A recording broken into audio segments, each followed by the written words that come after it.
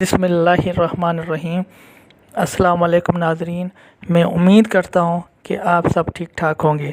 नाज़रीन, आज मैं आपको बताऊँगा कि हौसला रखना चाहिए। अगर जो लोग ज़िंदगी में हौसला नहीं रखते, उम्मीद नहीं रखते, तो वो ज़िंदगी में कभी भी कामयाब नहीं होते और वो हमेशा मुश्किल में होते हैं। तो नाज़रीन, चलते हैं इस कहानी की तरफ। नाज़रीन, अल्लाह ताला ने हमारे प्यारे नबी करीम सल्लल्लाहु अलैहि वसल्लम को समंदरों से बड़ा हौसला अता फ़रमाया। बड़ा मुश्किल होता है कि बेटी के कातलों से सुलह करना, बड़ा मुश्किल होता है कांटे बिछाने वालों के रास्ते में फूल बिछाना, जिन्होंने पत्थर बरसाए हों, मक्के से निकाला हो, फिर भी उनके गलों में फूल के हार डालना। फिर सलाम उस पर जिसने दुश्मनों को भी गवाहियाँ दी, सलाम उस पर जिसने गालियाँ सुनकर भी दुआएं दी। तो हुजूर ने तदब्बर और सब्र का मुज़ाहरा किया। हमारे प्यारे नबी करीम सल्लल्लाहु अलैहि वसल्लम ने अपनी उम्मत को सब्र सिखाया और साथ ये भी हुक्म फरमाया कि मुसीबतें और मुश्किलें बड़े लोगों पर आती हैं, जो दिल के छोटे होते हैं, दिमाग के छोटे होते हैं, अल्लाह उन पे मुश्किलें नहीं डालता।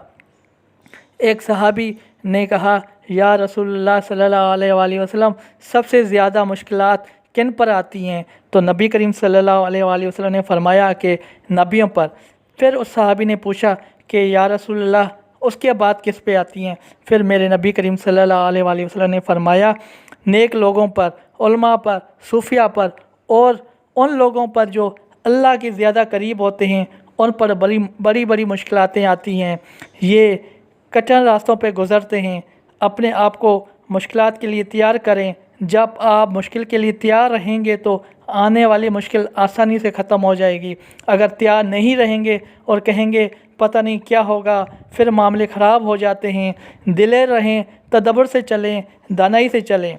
अगर किसी के बारे में हम कोई भी बात करते हैं तो पहले हमें सोचना चाहिए कि वो इंसान ऐसा है भी या नहीं। अगर हम उसके बारे में कोई बात करते हैं वो गलत होती है और वो उसके उलट निकलता है, हम बग़ैर तफ्तीश के, हौसला ना होने की वजह से, सब्र ना होने की वजह से ये बहुत सारे ऐसे काम कर लेते हैं, फिर हमें नुकसान होता है, फिर हमें नुकसान उठाना पड़ता है। अपनी ज़िंदगी में हौसले को ना छोड़ें।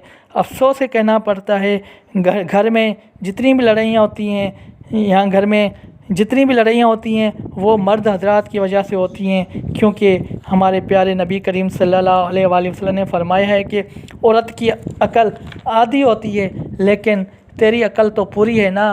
तो इसका मतलब ये है कि लड़ाई से बच सकते थे, घर में अमन हो सकता था।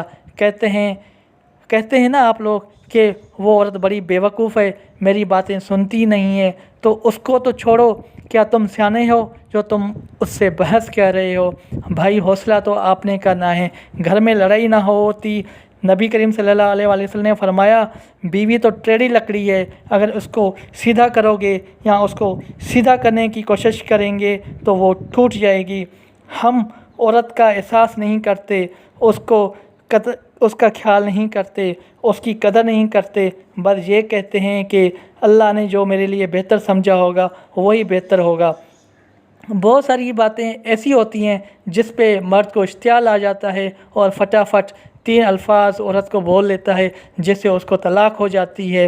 फिर हम जब होश में आते हैं, अकल ठिकाने आ जाती है, फिर हम मौलवियों के पास भागते हैं कि इन बच्चों का क्या बनेगा।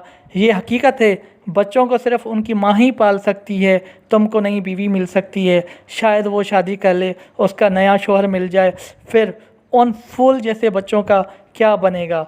नबी हमारे रब को जायज़ काम बहुत पसंद हैं। तलाक जायज़ काम तो है, लेकिन मेरे नबी को, मेरे रब को, मेरे अल्लाह को पसंद नहीं है।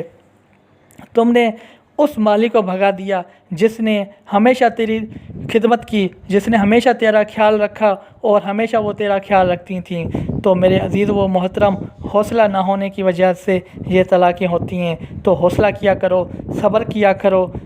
मेरे नबी करीम सल्लल्लाहु अलैहि वसल्लम ने हौसले करने का हुक्म दिया है और दिलेरी का हुक्म दिया है। अगर हम हौसला करेंगे और दिलेर रहेंगे, शायद ये किसी की हम दिल ना दुखा सकेंगे। शायद जितनी औरतों को तलाक़ें होती हैं तो उनको طلاقیں نہیں ہوں گی، وہ طلاقوں سے بچ جائیں گے اور کافی سارے لوگوں کا گھر بچ جائے گا۔ ناظرین، میں امید کرتا ہوں کہ آپ کو یہ ویڈیو ضرور پسند آئی ہوگی۔ اس کو شیئر کریں، لائک کریں اور اس کے ساتھ ساتھ کمنٹس میں بتائیں آپ۔ ناظرین، آپ اپنا اور اپنے اہل خانہ کا خیال رکھیں، اس کے ساتھ ساتھ اس چینل کا بھی۔ اللہ حافظ۔